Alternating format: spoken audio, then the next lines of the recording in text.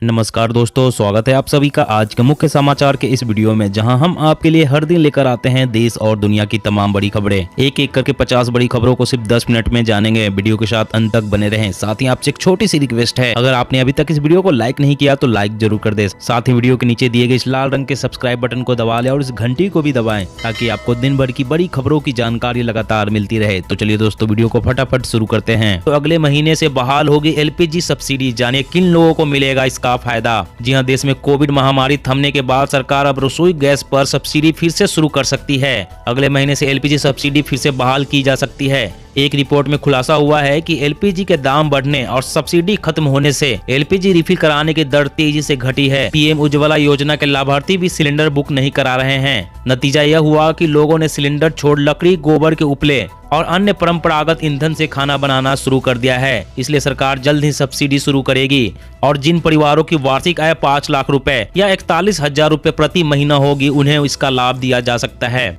और अगली बड़ी खबर की बात करें तो उत्तराखंड में दुर्घटना संभावित स्थलों का एम्बुलेंस से होगी तैनाती। स्वास्थ्य और पुलिस विभाग के सामंजस्य से होगा काम। जी हां, उत्तराखंड में सड़क दुर्घटनाओं से होने वाली मृत्युओं के मामलों को देखते हुए अब घायलों को तत्काल मदद मुहैया कराने की तैयारी है। इस कड़ी में दुर्घटना संभावित स्थलों पर 108 एम्बुलेंस की तैनाती की जाएगी। मकसद यह है कि दुर्घटना के 1 घंटे के भीतर ही घायलों को मदद देकर उनकी जान बचाई जा सके। सड़क दुर्घटनाओं की समीक्षा में यह बात सामने आई है कि दुर्घटना से 1 घंटे का समय घायल के लिए काफी अहम होता है। यानी किसी दुर्घटना में घायल को 1 घंटे के भीतर इलाज मिल जाए तो उसकी जान बचाई जा सकती है। इसलिए राजमार्गों पर ऐसे स्थलों की सूची बनाने को कहा है जहाँ सबसे अधिक सड़क दुर्घटनाएं होती है। यहाँ स्वास्थ्य विभाग आपातकालीन सेवा 108 की एम्बुलेंस तैनात करेगा। और अगली बड़ी खबर की बात करें तो अब सूक्ष्म RNA से फेफड़े के रोग का इलाज होगा आसान। धूम्रपान और प्रदूषण संबंधित बीमारियों को किया जा सकेगा काबू। जी हां, बढ़ते प्रदूषण और बदलती जीवन शैली के कारण फेफड़े संबंधी बीमारियां बढ़ती जा रही है। सार्वजनिक स्वास्थ्य के लिए एक बड़ा खतरा पैदा कर रहा है। ऐसे में इन बीमारियों की रोकथाम के लिए लगातार शोध भी हो रहे हैं। इसी क्रम में वैज्ञानिकों ने एक ऐसे सूक्ष्म RNA की खोज की है जिसे निशाना बनाकर आसान इलाज खोजा जा सकता है। फेफड़े में सूजन से सांस लेना कठिन हो जाता है और COPD आमतौर पर धूम्रपान और प्रदूषित हवा में सांस लेने से होता है।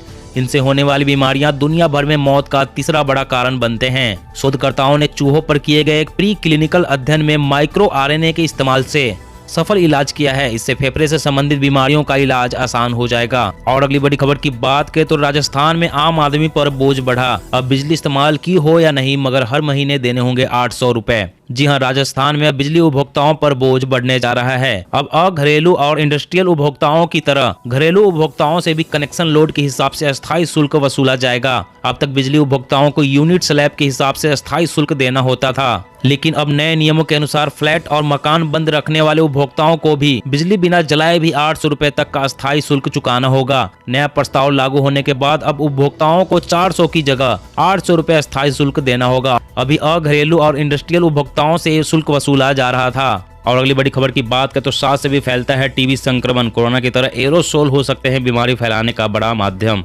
जी हां, TB को लेकर चौंकाने वाली बात सामने आई है। दक्षिण अफ्रीका के शोधकर्ताओं का कहना है कि खांसने से ही नहीं बल्कि सांसों से भी TB संक्रमण फैल सकता है। अब तक खांसने को ही TB के प्रसार का सबसे बड़ा माध्यम माना जा रहा था। शोध में पाया गया कि TB के 90% बैक्टीरिया सांस के दौरान निकलने वाले एरोसोल या छोटे ड्रॉपलेट से ही फैलते हैं। कोरोना वायरस के फैलने को लेकर भी इस तरह का शोध सामने आ चुका है। संक्रमण फैलने का यह तरीका ही जेल एवं ऐसी ही अन्य बंद जगहों पर महामारी के तेज प्रसार का कारण बना था। कोरोना महामारी के बाद TB ही दुनिया में सबसे ज्यादा जानलेवा संक्रमण है। और अगली बड़ी खबर की बात करें तो भारत में डिजिटल करेंसी लाने की तैयारी कर रहा है RBI। जानिए नोट से कितना होगा अलग, क्या होगा आम लोगों को फायदा। जी हां, रिजर्व बैंक ऑफ इंडिया देश भर में डिजिटल करेंसी लाने पर विचार कर रहा है। RBI जिस डिजिटल करेंसी के बारे में सोच रहा है वह पूरी तरह से बिटकॉइन जैसा ही होगा। यानी लेन देन के लिए आपको प्रिंटेड नोट या सिक्के नहीं देने होंगे। आप डिजिटल करेंसी से डायरेक्ट लेन देन कर सकेंगे। डिजिटल करेंसी के माध्यम से होने वाले लेन देन में कोई भी तीसरी पार्टी शामिल नहीं होगी। यानी इसमें सिर्फ भुगतान करने वाला और भुगतान प्राप्त करने वाला होगा, ठीक वैसे ही जैसे कैश के लेन देन में होता है। कोरोना वायरस के ओमिक्रॉन वेरिएंट से आ सकती है तीसरी लहर। डेल्टा से 7 गुना ज्यादा तेजी से फैल रहा है ये वेरिएंट। जी हां, कोरोना महामारी और लॉकडाउन के 18 से 20 महीने के बाद जैसे ही दुनिया अपने प्री कोविड फेज में वापस लौटी, वैसे ही दक्षिण अफ्रीका में कोरोना वायरस के एक नए वेरिएंट ओमिक्रॉन ने दस्तक दे दी है। यहाँ कोरोना का नया स्ट्रेन धीरे धीरे फैलता जा रहा है। वैज्ञानिकों का कहना है कि अभी तक कोरोना का डेल्टा वेरिएंट सबसे तेजी से फैलने वाला वेरिएंट था। वैज्ञानिक ने ओमिक्रॉन वेरिएंट से तीसरी लहर की उत्पत्ति का अंदेशा जताया है। इसकी वजह यह भी है क्योंकि यह वेरिएंट डेल्टा से 7 गुना ज्यादा तेजी से फैल रहा है। इतना ही नहीं, लोगों से लोगों में इसके संक्रमण का प्रसार भी डेल्टा के मुकाबले ज्यादा है। जानकारी के मुताबिक पहचाने जाने से पहले यह वेरिएंट 32 बार म्यूटेट हो चुका है। और अगली बड़ी खबर की बात करें तो 1 दिसंबर से टीवी देखना हो जाएगा महंगा, करना होगा 50% ज्यादा खर्च। जी हाँ, अगर आप टीवी देखने के शौकीन हैं तो आपको यह जान लेना चाहिए कि 1 दिसंबर से टीवी चैनल्स के बिल बढ़ने वाले हैं। देश के प्रमुख ब्रॉडकास्टिंग नेटवर्क्स जी स्टार, सोनी और वाईकॉम 18 ने कुछ चैनल्स अपने बुके से बाहर कर दिए हैं, जिसके कारण टीवी दर्शकों को 50% तक अधिक खर्च करना पड़ सकता है। Telecom regulatory authority of India के नए टैरिफ ऑर्डर के लागू करने की वजह से यह दाम बढ़ रहे हैं। स्टार प्लस, कलर्स, जी टीवी, सोनी और कुछ रीजनल चैनल जैसे लोकप्रिय चैनलों को देखने के लिए दर्शकों को 35 से 50% तक ज्यादा पैसे चुकाने होंगे। और अगली बड़ी खबर की बात करें तो अब 4 करोड़ लोगों को अपनी पेमेंट सर्विस से जोड़ सकेगा व्हाट्सएप। एनपीसीआई से मिली मंजूरी। जी हाँ, व्हाट्सएप के लिए एक अच्छी खबर है। अपने पेमेंट सर्विस के लिए यूजर की संख्या दोगुनी तक बढ़ाने की इजाजत मिल गई है। National payment corporation of India यानी एनपीसीआई ने इसके लिए रेगुलेटरी अप्रूवल दे दिया है। व्हाट्सएप चाहे तो भारत में अपने प्लेटफॉर्म के जरिए 4 करोड़ यूजर को सर्विस दे सकता है। पहले यह लिमिट 2 करोड़ यूजर की थी। व्हाट्सएप ने एनपीसीआई से मांग की थी कि उसे पेमेंट सर्विस देने के लिए यूजर बनाने संबंधी कोई बाध्यता न हो और इसकी इजाजत मिले कि जितना चाहे उतने यूजर को अपने सेवा से जोड़ सके। हालांकि एनपीसीआई ने व्हाट्सएप को अपनी मर्जी से यूजर जोड़ने की अनुमति नहीं दी है, लेकिन पहले की तुलना में यूजर की संख्या को दोगुना कर दिया है। और अगली बड़ी खबर की बात करें तो स्मगलिंग का नायाब तरीका, सोने का पेस्ट बनवाकर जींस पर करवाया पेंट, एयरपोर्ट पर गिरफ्तार। जी हाँ, ऐसा लग रहा है बदलते वक्त के साथ स्मगलिंग का तरीका भी बदल गया है। तस्करी करने वाले लोग पुलिस को चकमा देने के लिए एक से एक नायाब तरीका तलाश रहे हैं। इसी कड़ी में केरल के कन्नूर एयरपोर्ट पर एक हैरान कर देने वाला मामला सामने आया है। कल यहाँ 14 लाख का सोना जब्त किया गया। हैरानी की बात यह है कि सोना किसी गहने या फिर बिस्किट के आकार में नहीं था, बल्कि सोने का पेस्ट बनाकर इसे जींस पर चिपकाया गया था। दरअसल इनका मकसद था कि पुलिस के लोग कपड़े पर डिजाइन देख इसे छोड़ देंगे, लेकिन ऐसा नहीं हुआ और आरोपी को वहीं गिरफ्तार कर लिया गया।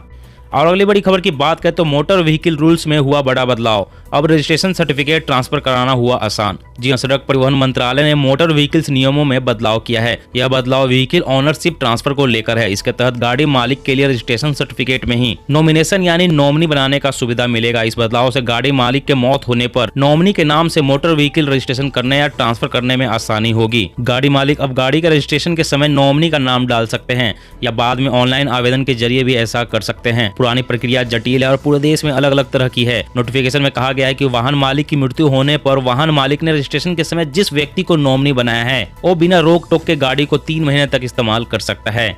और अगली बड़ी खबर की बात करें तो एसबीआई ग्राहक ध्यान दे, खाते में कम बैलेंस पड़ेगा भारी। एटीएम से लेन देन हुआ फेल तो लगेगा पेनाल्टी। जी हाँ, एसबीआई ही नहीं, देश के ज्यादातर बैंक्स खाते में कम बैलेंस होने की वजह से या फेल हुए एटीएम ट्रांजैक्शन पर पेनाल्टी वसूलते हैं। एसबीआई की वेबसाइट पर मौजूद जानकारी के मुताबिक अकाउंट में बैलेंस न होने पर आपको हर फेल ट्रांजैक्शन पर 20 रुपए का जुर्माना देना होगा, जिस पर जीएसटी अलग से।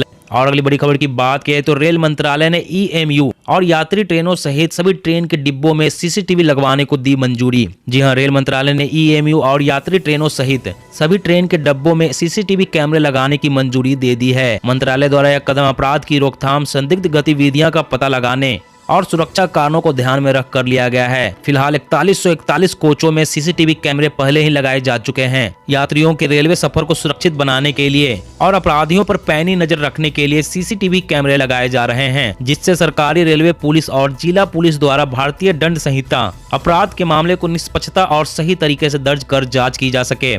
और अगली बड़ी खबर की बात करें तो कहीं आप भी तो नहीं खा रहे नकली आटे की रोटियां, ऐसे करें पहचान। जी हाँ, अगली बार जब आप आटा खरीदे तो थोड़ा संभल कर ले, क्योंकि बाजार में अब तेजी से मिलावटी आटे के मामले सामने आने लगे हैं। क्योंकि इसकी रोटियां खाना आपकी सेहत पर भारी पड़ सकता है। आपको बता दें, ज्यादातर आटे में बोरिक पाउडर या चौक पाउडर की मिलावट होती है, जो आपके लिए काफी नुकसानदेह हो सकता है। आमतौर पर ऐसे आटे की रोटियां काफी सख्त बनती है, नकली आटे के जांच का तरीका यह है कि आप 1 गिलास पानी में 1 चम्मच आटा मिक्स कीजिए। अगर आटे में मिलावट होगी तो वह तैरने लग जाएगा। इसके साथ ही नींबू के रस से भी नकली आटे की परख की जा सकती है। आटे में नींबू निचोड़ दें। अगर मिलावटी आटा होगा तो आटे पर बुलबुले उठने लगेंगे। आटे को गूंथते समय भी पहचान की जा सकती है। आटा गूंथते समय उसमें पानी कम लगता है। मिलावटी आटे की रोटियां देखने में ज्यादा सफेद होगी और उसमें नेचुरल मिठास नहीं होगी। दोस्तों आज की खबरों में बस इतना ही। इसी तरह हर रोज काम की खबरें जानने के लिए आप हमेशा हमारे साथ जुड़े रहें। हमारे साथ जुड़ने के लिए वीडियो के नीचे दिए गए इस लाल रंग के सब्सक्राइब बटन को दबा लें और साथ ही इस घंटी को भी दबाएं ताकि आपको हर खबर की सटीक जानकारी मिल सके। जय हिंद, जय भारत।